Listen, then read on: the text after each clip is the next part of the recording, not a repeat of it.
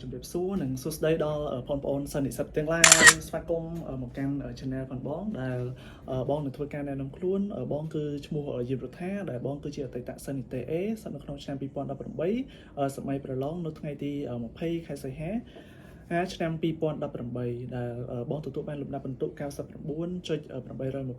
បងប្អូនអាច check ពិន្ទុផងបងនៅទីនេះបានដែលបងមកពីវិទ្យាល័យសម្ដេចជាស៊ីមង្គលជ័យហើយបងគឺជាអ្នកខេត្តកំពតបាទតាំងពីប្រឡងមកវាមានរយៈពេល8ឆ្នាំហើយ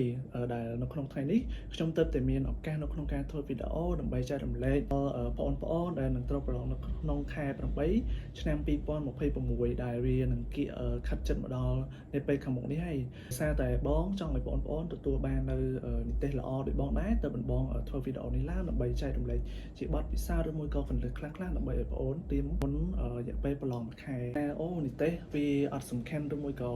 តែតកតងជាមួយនឹងនិទេសបងអាចនិយាយបានថាជាក់ស្ដែងពេលនៅពេលដែលយើងចូលសាកលវិទ្យាល័យសម្រាប់បងប្អូនដែល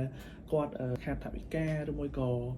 มันមានឱកាសនៅក្នុងការបន្តការសិក្សានៅឯសាកលវិទ្យាល័យនិទេសគឺវាមានអតិភិបសម្រាប់អ្នកដែលគាត់ប្រឡងបានលំដាប់ពិន្ទុខ្ពស់ឬមួយក៏បាននិទេសល្អព្រោះថានៅក្នុងសាកលវិទ្យាល័យគឺមានបេក្ខជនជាច្រើនដែលបានដាក់ពាក្យដើម្បីធ្វើការសូមអាហារូបករណ៍របស់ក្រសួងអញ្ចឹងបើសិនបើបងប្អូនទាំងអស់គ្នាចង់បានទទួលបានអាហារូបករណ៍ឬមួយក៏ទទួលបាននៅ scholarship បងប្អូនទាំងអស់គ្នាត្រូវតែខិតខំរៀនសូត្រដែលបងនឹងធ្វើការចែករំលែកតាក់ទងនឹងកន្លឹះខ្លះៗការប្រឡងដើម្បីទទួលបាននិទេ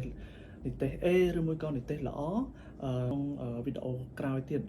តែដើម្បីឲ្យបងមានទឹកចិត្តនៅក្នុងការផលិតវីដេអូបន្តទៀតសូមជួយចុច subscribe បងហើយនិងចុច like comment បើសិនបើមានសំណួរអីអាចត្របសំណួររបស់បងប្អូននៅក្នុង comment បានបងនឹងធ្វើការតបហើយវីដេអូនេះនឹងធ្វើការចេញនៅវីដេអូ part 2តាក់ទងជាមួយនឹងកន្លឹះដែលបងបានប្រាប់ឬមួយក៏កន្លឹះដើម្បីទទួលបាននិទេស A ដោយដែលបងបាននៅខាងដើមវីដេអូអូខេអរគុណអ្នកគ្នា